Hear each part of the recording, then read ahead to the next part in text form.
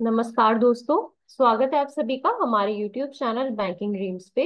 मैं प्रज्ञा सक्सेना आप सभी के लिए लेकर आई हूँ हमारे best 30 questions of the day.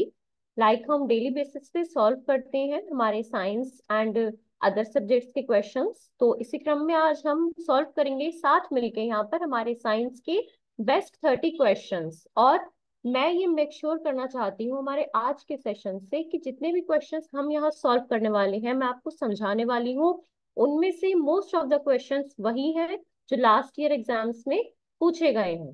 सो आज का सेशन आप सभी के लिए बहुत इंपॉर्टेंट होने वाला है अगर आप हमारा आरआरबी एएलपी टेक्नीशियन 2024 का एग्जाम क्रैक करना चाहते हैं। ठीक है। So without wasting our much time, जैसा मैं हमेशा कहती हूँ, नई आशाओं नई उम्मीदों के संग आते हैं अपने फर्स्ट क्वेश्चन पे। उससे पहले मैं आपको एक इन्फॉर्मेशन बताना चाहती हूँ। हमारा टेलीग्राम चैनल बैंकिंग ड्रीम्स का आप फॉलो कर सकते हैं। ठीक है। इसके अलावा हमारा इंस्टाग्राम अकाउंट है, ये भी यहाँ मेंशन कर दिया गया है मेरे द्वारा, बैंकिंग ड्रीम्स का इंस्टाग्राम अकाउंट।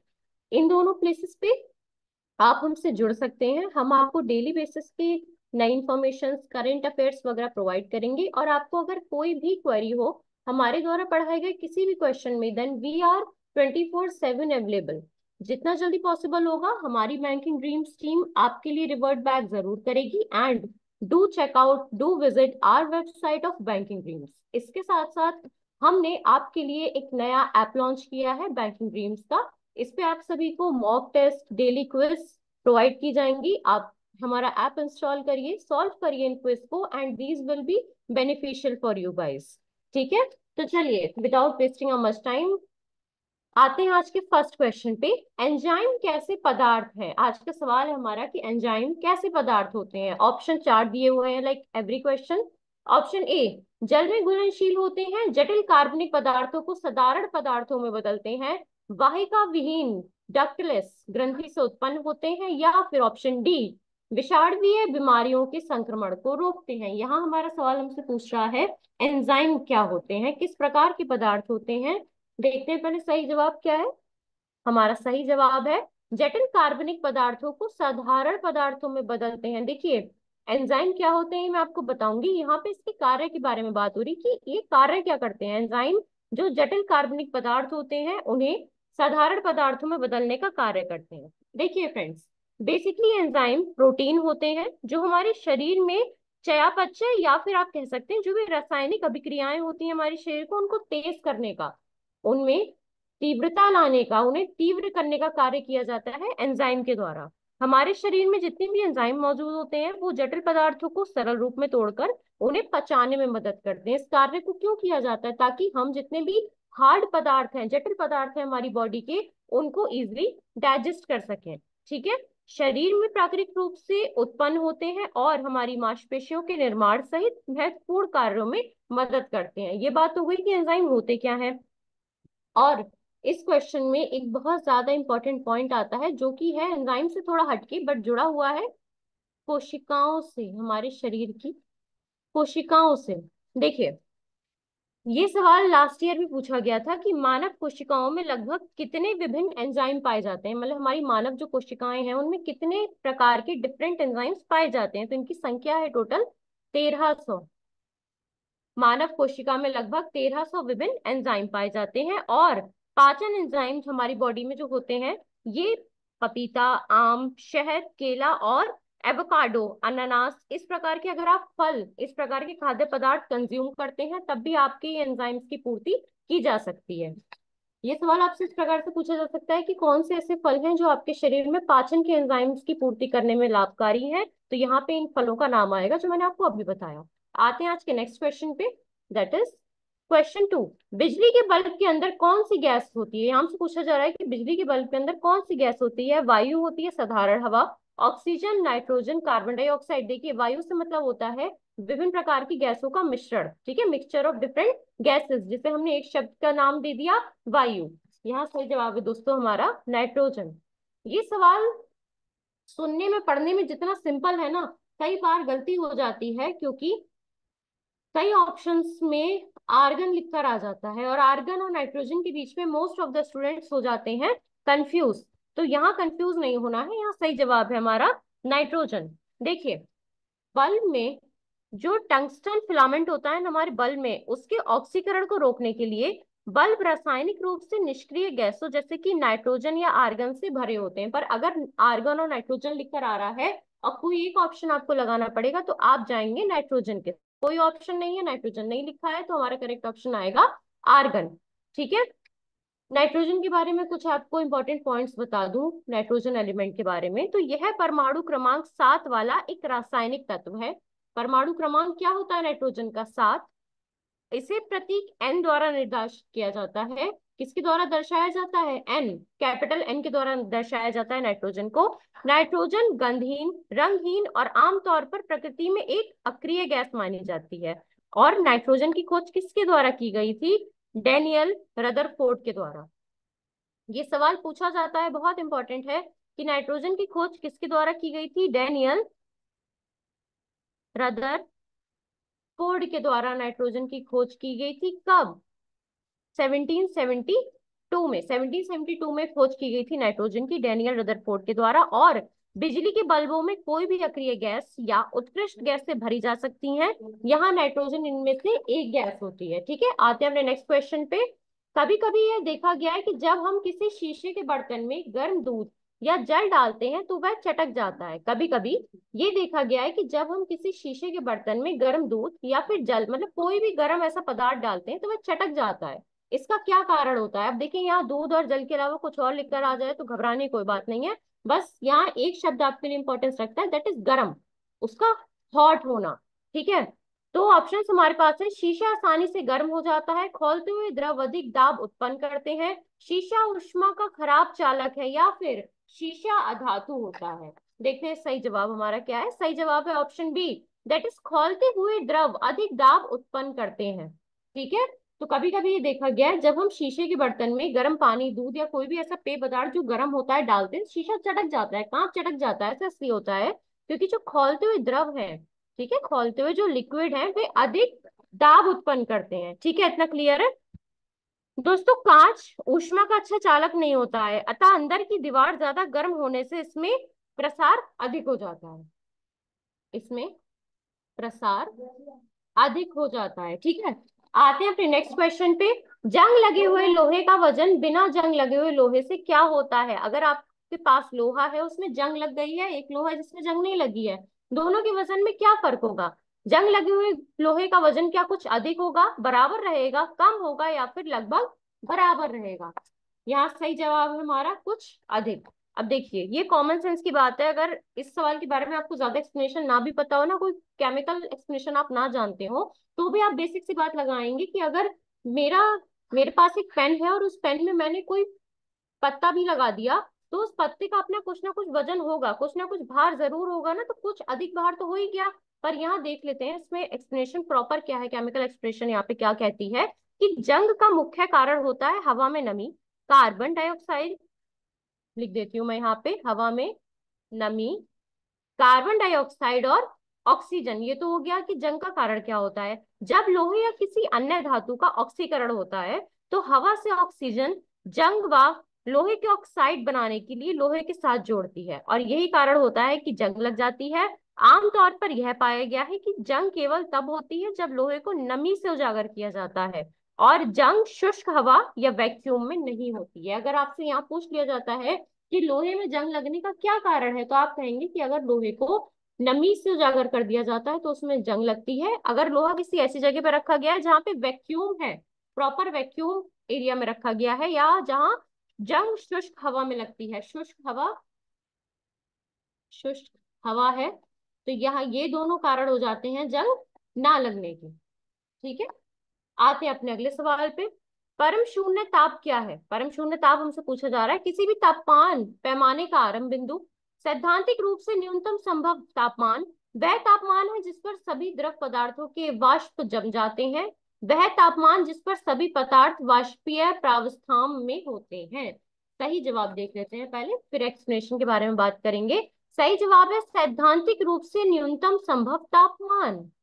सैद्धांतिक रूप से जितना भी तापमान न्यूनतम, मिनिमम संभव हो सकता है, उसे किसी भी पदार्थ का कहा जाता है परम शून्य तापमान। ये आसान है याद करना। ठीक है, परम शून्य, शून्य सबसे नीचे, और सैद्धांतिक रूप से भी न्यूनतम तापमान जो संभव होता है उसे कहा जाता है परम शून्य तापमान। अब देखिए दोस्तों, परम शून्य तापमान वह होता है जिस पर कंपन ऊर्जा मौजूद होने पर आणविक गति समाप्त हो जाती है। कंपन ऊर्जा तो मौजूद है, कंपन ऊर्जा तो मौजूद है, लेकिन जो अणुओं की आपस में गति है, अणुओं का आपस में जो टकराव वगैरह है, आणविक गति जो कही जाती है अणुओं की, वो गति समाप्त हो जाती है। परम शून्य तापमान किसी भी पदार्थ में तब कहा जाता है जब गैस के सभी अणुओं की गति शून्य हो जाती है। परम शून्य वह तापमान है जब गैस के सभी अणुओं की गति गति सैद्धांतिक रूप से न्यूनतम संभव हो जाती है, जो कि है हमारा शून्य। ठीक है, चलिए आते हैं अपने अगले सवाल पे। ईंधन के जलते समय उनमें जो कार्बन और हाइड्रोजन मौजूद हैं, वे जब ईंधन जलता है तो उसमें जो कार्बन और हाइड्रोजन मौजूद होते हैं वो किस रूप में परिवर्तित हो जाते हैं, क्या रिएक्शंस होती हैं उनमें? तो वो वातावरण में आ जाते हैं, कार्बन डाइऑक्साइड और जलवाष्प में बदल जाते हैं, परिवेश के द्वारा अवशोषित हो जाते हैं, हाइड्रोकार्बन में बदल जाते हैं। देखिए इस सवाल को आंसर करना बहुत ईजी है। हम कहते हैं ना कि जितना ज्यादा हम फ्यूल का कंबशन करेंगे, जितना ज्यादा ईंधन जलाएंगे, उतना ज्यादा पॉल्यूशन बढ़ेगा। पॉल्यूशन बढ़ता है कार्बन डाइऑक्साइड की वजह से। तो आप यहाँ से लिंक कर सकते हैं कि जब भी ईंधन जलता है उस समय जो कार्बन होती है, नॉर्मल कार्बन का जो एलिमेंट होता है CO2 बना लेता है, और हाइड्रोजन बना लेती है जलवाष्प। ठीक है, ये जलवाष्प की फॉर्म में है, नॉर्मल वाटर की बात नहीं हो रही है यहाँ पे। चलिए आते हैं अपने अगले सवाल पे। नेक्स्ट क्वेश्चन हमसे पूछ रहा है, भू स्थिर या तुल्यकालिक उपग्रह, जिसे आप इंग्लिश में कहते हैं जियो स्टेशनरी सैटेलाइट, के घूर्णन का आवर्त काल। जब भी कोई भू स्थिर या तुल्यकालिक उपग्रह घूर्णन करता है तब उसका आवर्त काल कितना रहता है? 24 घंटे, 30 दिन, 365 दिन, या फिर वो निरंतर परिवर्तनशील है, निरंतर रूप से बदलता रहता है, कोई एक पैमाना निर्धारित नहीं होता है? तो यहाँ सही जवाब है दोस्तों 24 घंटे। कोई भी जियो स्टेशनरी सैटेलाइट अपने घूर्णन को पूरा करने के लिए कितना समय लेती है? 24 घंटे। इसे हिंदी में कहा जाता है भू स्थिर या तुल्यकालिक उपग्रह। ठीक, देखिए अब ये होते क्या है जियो स्टेशनरी सैटेलाइट? वह उपग्रह जो पृथ्वी के सापेक्ष स्थिर प्रतीत होता है। ऐसा प्रतीत होता है कि वह पृथ्वी के सापेक्ष स्थित है। ऐसे किसी भी सैटेलाइट को, ऐसे किसी भी उपग्रह को भू स्थिर या फिर स्थैतिक भू स्थैतिक या भू तुल्यकालिक सैटेलाइट कहा जाता है। यहाँ तीन नाम है, कंफ्यूज मत होइएगा। भू तुल्यकालिक या फिर भू स्थैतिक। ठीक है, इन तीनों को इंग्लिश में कहा जाता है जियो स्टेशनरी सैटेलाइट्स। और इनका जो घूर्णन का आवर्त काल होता है दैट इज 24 आवर्स, 24 घंटे।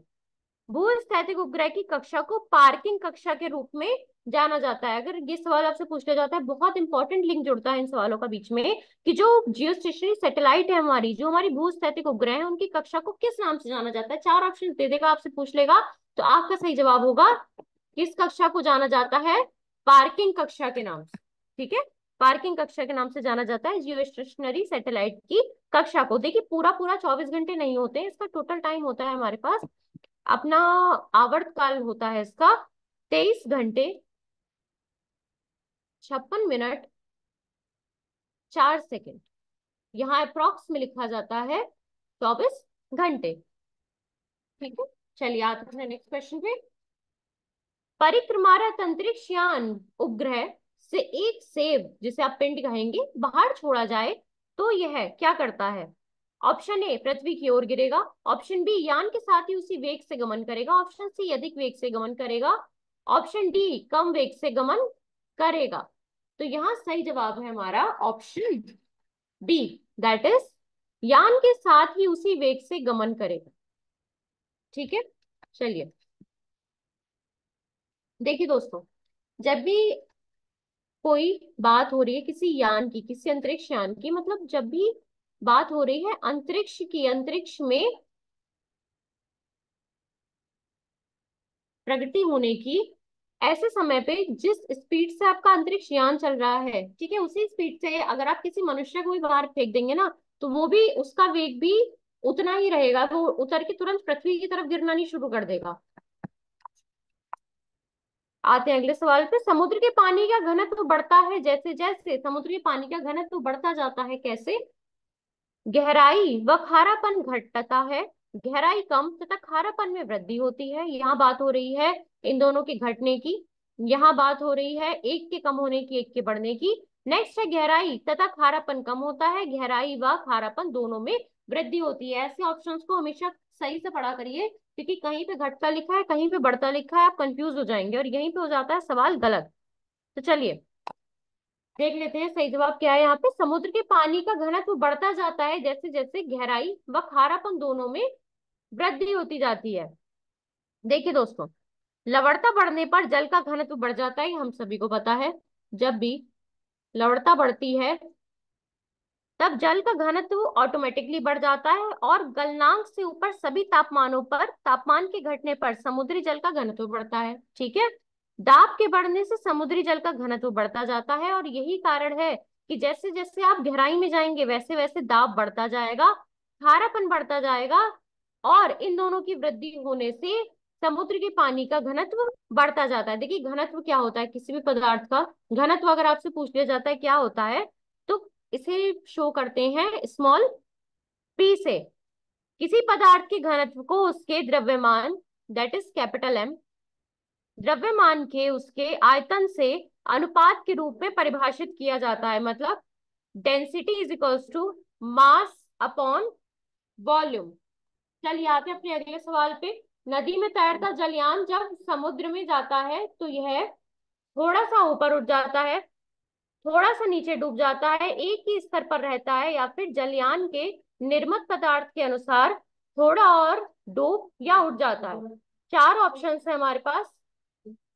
नदी में तैरता जलयान जब समुद्र में जाता है, कोई भी जलयान आपका नदी में तैर रहा है, जब वो समुद्र में जाता है, कहाँ जाता है? समुद्र में। ऐसे समय पर क्या वह थोड़ा सा ऊपर उठ जाता है? ये जल के स्तर की बात हो रही है। क्या वह जल स्तर से थोड़ा ऊपर उठ जाता है, जल के स्तर से थोड़ा नीचे डूब जाता है, एक ही स्तर पर रहता है, या जलयान के निर्मित पदार्थ के अनुसार थोड़ा और डूब या उठ जाता है, या फिर डिपेंड करता है कि वह जलयान किस पदार्थ से निर्मित है। देख लेते हैं यहाँ सही जवाब क्या है। वह थोड़ा सा ऊपर उठ जाता है। देखिए जब नाव नदी से समुद्र में प्रवेश करती है तो वह ऊपर उठ जाती है, क्योंकि समुद्र के जल में विभिन्न प्रकार के लवण घुले हुए होते हैं, जिससे समुद्र के जल का घनत्व नदी के जल से अधिक होता है। समुद्र के जल का घनत्व नदी के जल के घनत्व से अधिक होता है, जिसके कारण बल का मान अधिक होगा, और यह बल नाव को ऊपर उठा देता है, ऊपर की तरफ उठा देता है। क्या? जो लवण अधिक होने के कारण बल अधिक होता है, इसके कारण नाव ऊपर की तरफ उठ जाती है, और यही कारण होता है कि नदी के कंपैरिजन में समुद्र में तैराकी करना आसान पाया जाता है। आते हैं अगले क्वेश्चन पे। इस्पात की गेंद पारे पर तैरती है क्योंकि, इस्पात की गेंद पारे पर तैरती है क्योंकि चार ऑप्शन है हमारे पास। पारा सभी धात्विक गेंदों को अपने में नहीं डूबने देता, पारा द्रव रूपी एक धातु ही है, इस्पात की अपेक्षा पारे का घनत्व अधिक है, या ऑप्शन डी इस्पात की गेंद को समुचित संजनन द्वारा किसी भी द्रव पर तैराया जा सकता है। यहाँ सही जवाब है हमारा ऑप्शन सी, अर्थात इस्पात की गेंद पारे पर तैरती है क्योंकि इस्पात की अपेक्षा पारे का घनत्व अधिक होता है। देखिए किसी पदार्थ के इकाई आयतन में निहित द्रव्यमान को उस पदार्थ का घनत्व कहा जाता है। किसमें?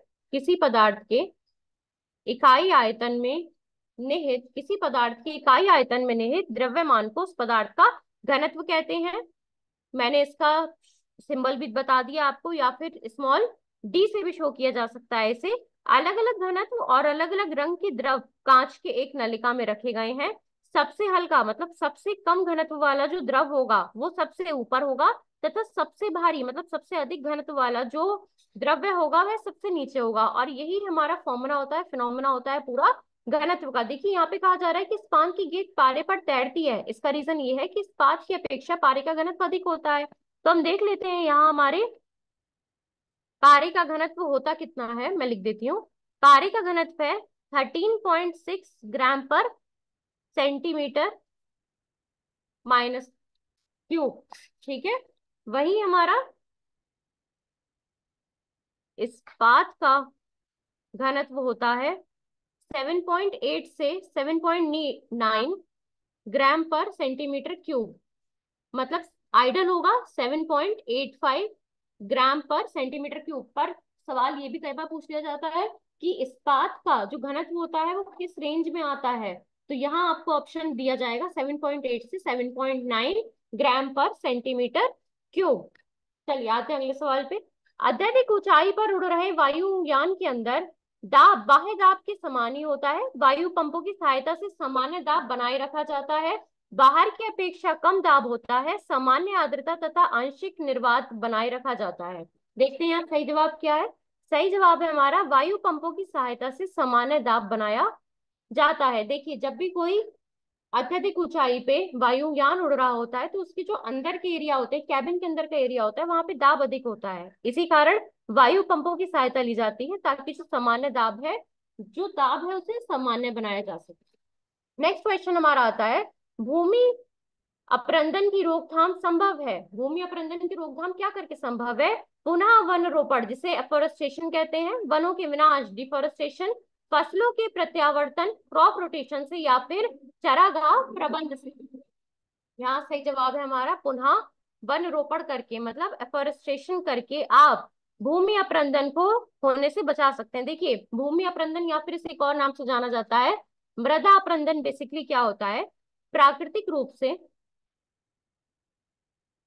प्राकृतिक रूप से घटित होने वाली एक भौतिक प्रक्रिया होती है भूमि अपरंदन या मृदा अपरंदन, जिसमें मुख्यतः जल एवं वायु जैसे प्राकृतिक भौतिक बलों द्वारा भूमि की जो ऊपरी मृदा होती है, भूमि की ऊपरी मृदा के कणों को अलग कर बहा ले जाना सम्मिलित होता है। यह सभी प्रकार की भूआकृतियों को प्रभावित करता है। क्या?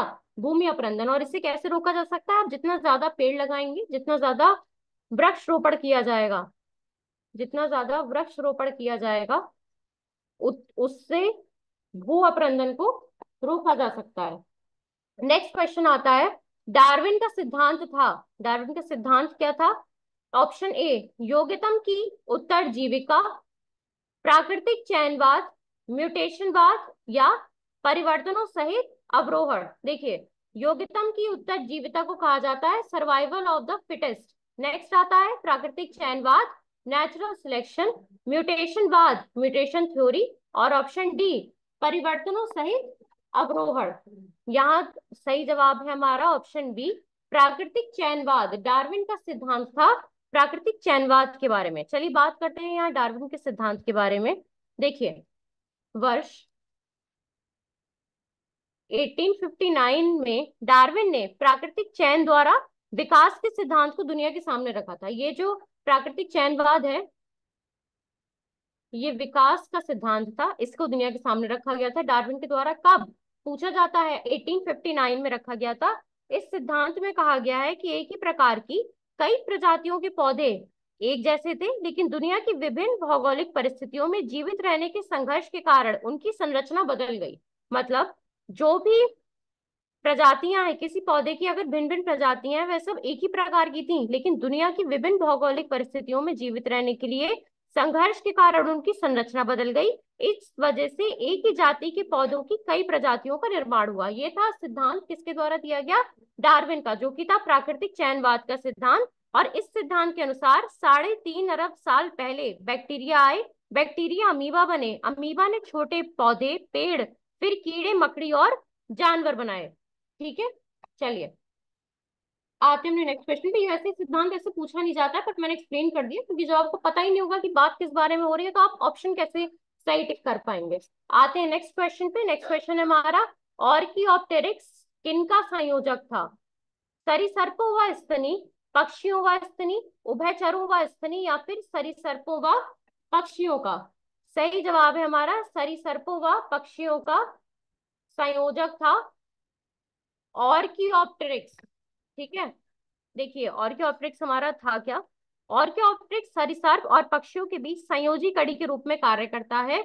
ये इसमें कुछ विशेषताएं होती हैं, जैसे चोंच, पंख, पैरों की संरचना आदि पक्षी के समान थी और कुछ विशेषताएं जैसे चोंच, पूंछ, शरीर पर धारियां आदि सरीसृप के समान थी। और इस इन्हीं दोनों के, सरीसृपों और पक्षियों के बीच की कड़ी कहलाता है ऑर्कियोप्टेरिक्स।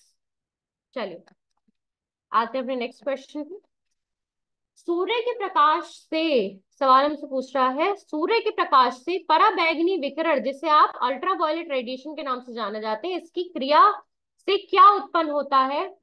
Carbon dioxide, ozone, sulphur dioxide और फ्लोराइड। सही जवाब है हमारा यहाँ पे ओजोन। देखिए ओजोन कैसे बनता है ये मैं आपको बता देती हूँ। जो पराबैंगनी विकिरण प्रकाश रासायनिक क्रिया द्वारा ऑक्सीजन को तोड़ देता है, इस प्रकार जो हमारी टूटी ऑक्सीजन होती है, इसका, टूटी ऑक्सीजन का परमाणु, टूटी ऑक्सीजन का परमाणु ऑक्सीजन के अणु से क्रिया करके ओजोन बना लेता है, जिसका फॉर्मूला हमारे पास होता है O3, मतलब O2 से क्रिया करके बना लेता है O3। ठीक है। और ट्रोपोस्फियर में ऑक्सीजन का अणु NO2 से आता है। अगर आपसे कभी पूछा जाता है किसी सवाल में कि ट्रोपोस्फियर में ऑक्सीजन आती कहाँ से, ऑलरेडी वो ऑक्सीजन अपनी एलिमेंटल फॉर्म में प्रेजेंट होती नहीं है, आती कहाँ से है, तो इसका अणु आता है NO2 से। ठीक। चलिए आते हैं अपने नेक्स्ट क्वेश्चन पे। वन पारिस्थितिक तंत्र, फॉरेस्ट इकोसिस्टम में हरे भरे पौधे जो होते हैं हमारे, ये किसका कार्य करते हैं? मूल उत्पादक का, जिसे आप कहते हैं प्राइमरी प्रोड्यूसर्स, मूल उपभोक्ता प्राइमरी कंज्यूमर्स, अपघटक का डिकम्पोजर्स, या फिर उत्पादक प्रोड्यूसर्स का। सही जवाब है हमारा उत्पादक का कार्य करते हैं। जो भी हमारी पारिस्थितिक तंत्र होता है जिसे हम फॉरेस्ट इकोसिस्टम कहते हैं, इसमें हमारे जो हरे पौधे होते हैं किसका कार्य करते हैं? प्रोड्यूस करने का काम करते हैं, प्रोड्यूसर्स का कार्य करते हैं। ठीक। देखिए हमारे जो पारिस्थितिक तंत्र होता है ना, इसमें उत्पादक वे जीव होते हैं, उत्पादक के बारे में बता रही हूँ मैं आपको। प्रोड्यूसर्स मतलब हमारे हरे भरे पौधे कार्य क्या करते हैं ये बता रही हूँ। ये ऐसे जीव होते हैं जो अपना भोजन तैयार करने में सक्षम होते हैं। हरे पौधों को उत्पादक कहा जाता है क्योंकि वे प्रकाश संश्लेषण की प्रक्रिया के माध्यम से अपना भोजन बनाते हैं। प्रकाश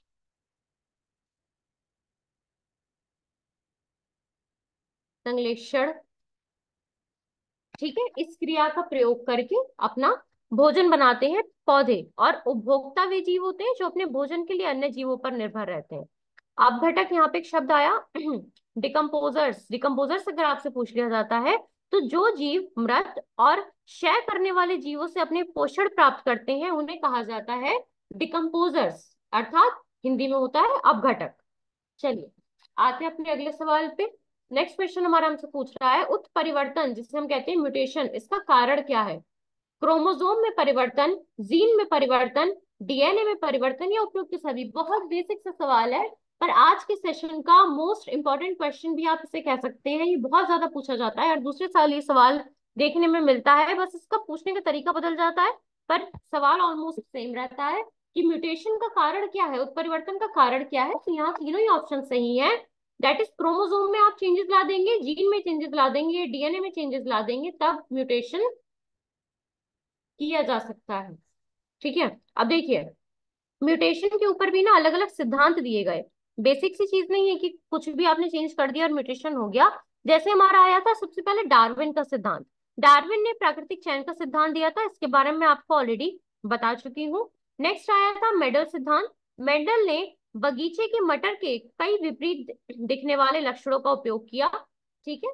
पी, ग्रीन पी, ठीक है, मटर के कई विपरीत दिखने वाले लक्षणों का उपयोग किया, जैसे गोल या फिर झुर्रीदार बीज लिए, लंबे छोटे पौधे लेकर देखे, सफेद बैगनी रंग के फूल लेके देखे, और इसी प्रकार अन्य अन्य प्रकार के इन्होंने लक्षण वाले मटर के पौधे या बीज लेकर देखे। उन्होंने मटर के पौधों को अलग अलग विशेषताओं के साथ लिया, जैसे एक लंबा पौधा एक छोटा पौधा, तो उनसे संतति उत्पन्न करते हैं और लंबी या छोटी संतति के प्रतिशत की गणना की। ठीक है। और यही जो गणना थी, इस गणना ने आगे चलकर पूरा इनका पी चार्ट बनाया। नेक्स्ट हमारा आता है एक और सिद्धांत का नाम आता है यहाँ पे हमारा लैमार्क सिद्धांत। लैमार्क का पूरा नाम था जीन बैप्टिस्ट लैमार्क। जीन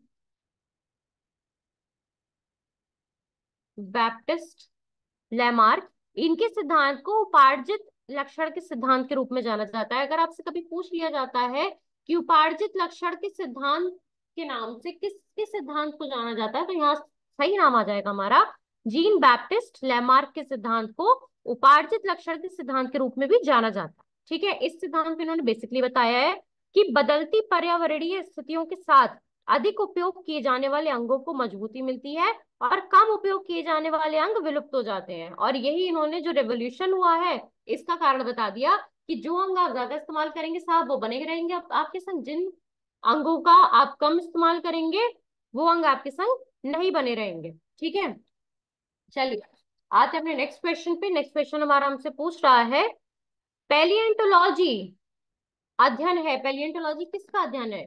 पक्षियों का, अस्थियों का, प्राइमेट्स का या फिर जीवाश्मों का? दोस्तों यहाँ सही जवाब है जीवाश्मों का अध्ययन। जीवाश्मों का अध्ययन, फॉसिल्स जिसे हम कहते हैं इंग्लिश में, इनके अध्ययन को क्या कहा जाता है? पैलिएंटोलॉजी। ठीक है, देखिए पैलिएंटोलॉजी की स्टडी ऐसी स्टडी होती है दोस्तों जिसमें आप जो भी लाइफ रही है ना अर्थ पे, जो भी लाइफ ऑन अर्थ है, लाइफ रही है अर्थ पे, फॉसिल्स की, ठीक है, फॉसिल्स जितने भी पाए जाते हैं, जीवाश्म जो पाए जाते हैं, उनके बेसिस पे ये स्टडी की जाती है कि पहले हिस्ट्री में क्या लाइफ रही होगी, क्या जीवन रहा होगा। ठीक है, फॉसिल्स होते क्या है? जो भी हमारे प्लांट्स, एनिमल्स या फिर मतलब हमारे जो पेड़ पौधे, फंगाई, बैक्टीरिया या फिर जो हमारे सिंगल सेल लिविंग ऑर्गेनिज्म होते हैं ना, जो कि रिप्लेस कर दिए गए हैं, मतलब जिनके रॉक मटेरियल बन चुके हैं या फिर उनके बस एक्सप्रेशन ही रह गए हैं रॉक्स पे, उनके रिमेन्स को कहा जाता है हमारा फॉसिल्स, जिसे हम कहते हैं जीवाश्म। ठीक है, और पैलेंटोलॉजी एक ऐसी साइंटिफिक स्टडी होती है जिसमें इन्हीं के पास्ट को, मतलब इनके जो ज्योग्राफिकल जियोलॉजिकल पास्ट होता है इसके बारे में बात की जाती है और ये एनालाइज किया जाता है कि इन प्लांट और एनिमल फॉसिल्स को, प्लांट्स और एनिमल्स के फॉसिल्स को कहाँ कहाँ से मतलब ये बन के आए होंगे, कहाँ पे ये परिवर्तित हुए होंगे, माइक्रोस्कोपिक इनका साइज दिखाया जाता है, रॉक्स में किस तरीके से प्रिजर्व है, इस सब के बारे में जो टोटल पढ़ाई होती है उसे हम कहते हैं पैलियोंटोलॉजी। जब यहाँ बात हो ही रही है अध्ययन की तो मैं आपको कुछ पॉइंट्स और बता दूं कि बोन्स की स्टडी को हम क्या कहते हैं, यहाँ दिया गया ना अस्थियों की स्टडी, अस्थियों की स्टडी को कहा जाता है ऑस्टियोलॉजी। ऑस्टियोलॉजी कही जाती है बोन्स की स्टडी। प्राइमेट्स की स्टडी को कहा जाता है, इजी है ये याद करना, प्राइमेटोलॉजी। नेक्स्ट हमारे पास आता है पक्षियों, पक्षियों की स्टडी को कहा जाता है ऑर्निथोलॉजी। ठीक है, और प्लांट्स की स्टडी को कहा जाता है, बेसिकली हम पढ़ते भी हैं, दैट इज बॉटनी। ठीक है, प्लांट्स की, पौधों की स्टडी को कहा जाता है बॉटनी। क्लियर है इतना? चलिए आते हैं अपने नेक्स्ट क्वेश्चन पे। डायनासोरों का सुनहरा काल किस महाकल्प को कहते हैं? सिनोजोइक काल, पैलियोजोइक काल, आर्कजोजोइक काल या फिर मीसोजोइक काल? सही जवाब है दोस्तों यहाँ हमारा मीसोजोइक काल। ठीक है, देखिए ये जो हमारा मेसोजोइक युग था ना, ये आज से तकरीबन 252 मिलियन वर्ष पहले से 66 मिलियन वर्ष पूर्व तक फैला हुआ था। तो आप कब से कब तक, ये पूछा जा सकता है इसी सवाल में आपसे कि ये तो हमने पता कर लिया कि डायनासोरों को सुनहरा काल किसे कहा जाता था। ठीक है, इसका सही जवाब है हमारे पास यहाँ पे मीसोजोइक काल को कहा जाता था। और ये कब से कब तक चला? तो अगर हम प्रेजेंट की बात करें तो 252 मिलियन वर्ष पहले से लेके 66 मिलियन वर्ष पहले तक के जो काल था उसे मीसोजोइक काल के नाम से जाना जाता था। इसे सरीसृपों का युग या फिर डायनासोरों का युग भी कहा जाता था। अगर सिंपल नाम से नहीं आता है, मतलब मेसोजोइक नाम से नहीं आ जाता है, सरीसृपों के युग के नाम से आ जाता है, तो कंफ्यूज मत होइएगा। ठीक है, चलिए आते हैं नेक्स्ट क्वेश्चन पे। दैट इज, निम्न में से कौन सी नदी का दागोट हिमनदों में नहीं है? अलकनंदा, यमुना, कोसी या फिर मंदाकिनी? सही जवाब है हमारा यहाँ पे कोसी। नेक्स्ट क्वेश्चन है हमारा, बांग्लादेश में प्रवेशोपरांत गंगा कहलाती है, बांग्लादेश में जैसे प्रवेश होता है गंगा किस नाम से जानी जाती है? मेघना, पद्मा, हुगली या फिर लोहित? सही जवाब है हमारा यहाँ पे पद्मा, पद्मा के नाम से जानी जाती है गंगा जब वह बांग्लादेश में प्रवेश कर जाती है। निम्नलिखित नदियों में से कौन अपने मार्ग में परिवर्तन करने के लिए कुख्यात है? सबसे ज्यादा परिवर्तन किसमें किया जाता है साहब? कौन सी नदी सबसे ज्यादा परिवर्तन लाती है अपने मार्ग में? कोसी, गंगा, दामोदर या फिर गोमती? सही जवाब है हमारा यहाँ पे कोसी, कोसी नदी सबसे ज्यादा परिवर्तन लाने के लिए कुख्यात है अपने मार्ग में। ठीक है, चलिए आते हैं अपने नेक्स्ट क्वेश्चन पे। निम्न नदियों में सबसे अधिक नदी पथ परिवर्तन, मैक्सिमम शिफ्टिंग ऑफ कोर्स किया है? गंडक नदी, सोन नदी, कोसी नदी या फिर गंगा नदी? सही जवाब है यहाँ पे भी हमारा कोसी नदी। आपसे अगर पहले तरीके से पूछा जाए या फिर नाम यहाँ लिखा जाए, सबसे अधिक नदी पथ परिवर्तन किस नदी ने किया है, तो यहाँ पे भी सही जवाब कोसी नदी। देखिए, कोसी नदी के बारे में अगर आपको बता दूं, तो कोसी नदी हमारी एक पूर्ववर्ती नदी है। इसकी मुख्य धारा, जिसे आप अरुण के नाम से जानते हैं, इसकी मुख्य धारा है अरुण। एवरेस्ट पर्वत तिब्बत से निकलती है। नेपाल को पार करने के बाद इसमें सुन कोसी व तैमूर कोसी आकर मिलती हैं। कौन सी नदी आकर मिलती है? तैमूर कोसी आकर मिलती है नेपाल को पार करने के बाद। यह गंगा की सहायक नदी है तथा सबसे ज्यादा मार्ग बदलने के कारण इसे बिहार का शोक कहा जाता है। बहुत उम्दा सवाल है, बहुत ज्यादा पूछा जाता है। बिहार का शोक कहा जाता है इस नदी को, कोसी नदी को। ठीक है, नेक्स्ट। किस नदी पर विद्युत उत्पादन के लिए 3 बांध बने हैं तथा उसके पानी को बैराज द्वारा राजस्थान और मध्य प्रदेश में सिंचाई के लिए उपयोग में लाया जाता है? सोन नदी, बेतवा नदी, चंबल या फिर ताप्ती? सही जवाब है हमारा यहाँ पे चंबल नदी। चंबल नदी पे 3 बांध बने हैं और इसके पानी को बैराज द्वारा राजस्थान और मध्य प्रदेश में सिंचाई के लिए प्रयोग में लाया जाता है। देखिए, मध्य प्रदेश और राजस्थान की जो संयुक्त बहुउद्देशीय नदी घाटी परियोजना है, यह चंबल नदी पर है, चंबल नदी पे बनी हुई है। चंबल नदी यमुना नदी की एक सहायक नदी है। जैसे हमने बात की ना, कोसी नदी गंगा नदी की सहायक नदी है, उसी प्रकार चंबल नदी यमुना नदी की एक सहायक नदी है। यह बृहद गंगा वह तंत्र का एक हिस्सा है। यह मध्य प्रदेश में महू के साथ जनपद पहाड़ियों से निकलती है, महू के साथ जनपद पहाड़ियों से निकलती है। और राजस्थान में यह चित्तौड़गढ़ के भैंसरोडगढ़ में प्रवेश करती है। ठीक है, किसकी बात हो रही है यहाँ पे? चंबल नदी की। और भी कई जिले हैं जहाँ ये बहती है, जैसे हमारे चित्तौड़गढ़, कोटा, बूंदी, सवाई माधोपुर, करौली, धौलपुर। उत्तर प्रदेश में यमुना से आके मिल जाती है, यमुना की सहायक नदी है उत्तर प्रदेश में। ये आपको ऐसे इंडिविजुअल नहीं मिलेगी, यमुना नदी के संग आके मिल जाती है। और कौन से बांध बने, बांध का नाम लिया गया था ना, तो इस पे जो पूछ लिया जाता है कि चंबल नदी पे आपको किन्हीं 4 बांध के नाम दे दिए जाएंगे, पूछ लिया जाएगा बताइए इनमें से कौन से बांध है जो चंबल नदी पे बने हुए हैं। तो यहाँ हमारा सही जवाब होता है दोस्तों, चंबल नदी पे कौन से बांध बने हुए हैं? गांधी सागर, गांधी सागर बांध, राणा प्रताप, राणा प्रताप सागर बांध, ठीक है, जवाहर सागर बांध या फिर कोटा बैराज बांध। ठीक है, चलिए आते हैं नेक्स्ट क्वेश्चन पे। आधुनिक मानव के अभिनव पूर्वज थे, आधुनिक मानव के अभिनव पूर्वज कौन थे? जावा मानव, पीकिंग मानव, क्रोमैग्नॉन मानव या फिर नियंदरथल मानव? सही जवाब है हमारा यहाँ पे क्रोमैग्नॉन मानव। ठीक है, क्रोमैग्नॉन मानव थे हमारे अभिनव पूर्वज। हमारे मतलब आधुनिक मानव की बात हो रही है यहाँ पे। देखिए दोस्तों, अगर आपसे कभी पूछ लिया जाता है कि ये बता दीजिए कि क्रो मैग्नॉन आज से कितने वर्ष पहले माना जाता है कि थे धरती पे, तो आज से 1,20,000 वर्ष पूर्व माना जाता है कि क्रो मैग्नॉन सबसे पहले कहाँ विकसित हुए थे? अफ्रीका में विकसित हुए थे। और तकरीबन 90,000 से 1 लाख साल पहले वे एशिया में फैल गए और फिर 10,000 से 40,000 साल पहले वे यूरोप में फैल गए। फ्रांस में पाए गए क्रोमैग्नॉन कंकालों की उम्र को लेकर अभी भी किस कोई वैसे मतलब ठोस सबूत नहीं मिले हैं, विसंगतियां आज भी फैली हुई हैं। चलिए आते हैं अपने नेक्स्ट क्वेश्चन पे। किन 2 पर्वत श्रेणियों के मध्य कश्मीर घाटी स्थित है?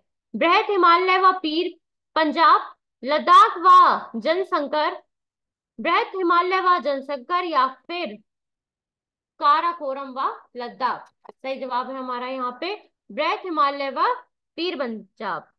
ठीक है, देखिए, कश्मीर की घाटी सबसे महत्वपूर्ण और साथ ही क्षेत्र की सबसे प्रसिद्ध हिस्सा मुख्य हिमालय और पंजाल श्रेणियों के बीच स्थित है।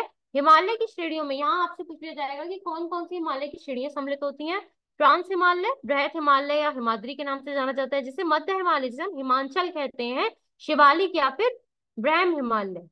ठीक है, चलिए आते हैं नेक्स्ट क्वेश्चन पे। शिवालिक श्रेणी का निर्माण हुआ, शिवालिक श्रेणी का निर्माण कब हुआ? पैलियोजोइक में, इयोजोइक में, मेसोजोइक में या फिर सिनोजोइक में? सही जवाब है हमारा यहाँ पे सिनोजोइक में निर्माण हुआ था शिवालिक श्रेणियों का। ठीक। अब देखिए दोस्तों, यहाँ हमें नाम दिया गया है, शिवालिक श्रेणी की बात हो रही है। शिवालिक श्रेणी में आपको कुछ इंपॉर्टेंट पॉइंट्स बता दूं जो पूछे जाते हैं बेसिकली, कि शिवालिक पहाड़ियों और चुरिया पहाड़ियों के रूप में भी जाना जाता है इन्हें।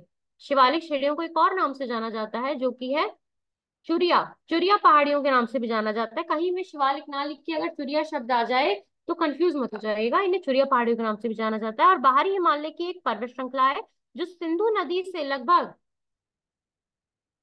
2400 किलोमीटर पूर्व की ओर ब्रह्मपुत्र नदी के करीब फैली हुई है, जो भारत उपमहाद्वीप के उत्तरी भागों में फैली हुई है। ठीक है। 10 से 50 किलोमीटर चौड़ी है ये श्रृंखला, ये श्रेणी।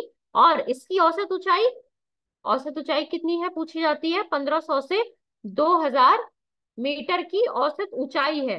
10 से 50 किलोमीटर चौड़ी है। ठीक है, 10 से 50 किलोमीटर चौड़ी है। जो हमारा शिवालिक क्षेत्र है ना, ये स्वर्णियन पुरातात्विक संस्कृति का घर है। कौन सी पुरातात्विक संस्कृति का घर है पूछ लिया जाता है, स्वर्णियन पुरातात्विक संस्कृति का घर है। और शिवालिक शब्द का अर्थ होता है शिव की जटा।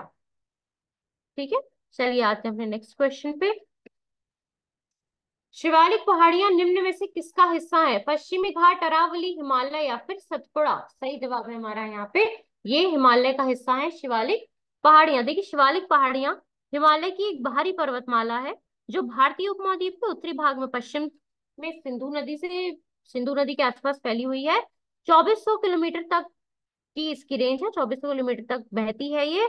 यह लगभग 10 से 50 किलोमीटर चौड़ी है। मैं दोबारा रिपीट इसलिए कर रही हूँ क्योंकि ये की पॉइंट्स पूछे जाते हैं शिवालिक पहाड़ियों के बारे में। इसके शिखरों की ऊंचाई तकरीबन 1500 से 2000 मीटर है, ये मैं आपको ऑलरेडी बता चुकी हूँ। ठीक है। और शिवालिक शब्द का अर्थ होता है शिव की जटाएं। देखिए, यहाँ शिवालिक पहाड़ियों के अलावा एक नाम और लिया गया है जो कि हमारा अरावली श्रेणी। अरावली श्रेणी के बारे में कुछ इंपॉर्टेंट पॉइंट्स जान लेते हैं। जैसे अरावली श्रेणी उत्तर पश्चिमी भारत में एक पर्वत श्रृंखला है। कहाँ पर है अरावली, बी ऑप्शन की बात हो रही है। उत्तर उत्तर पश्चिमी भारत में एक पर्वत श्रृंखला है।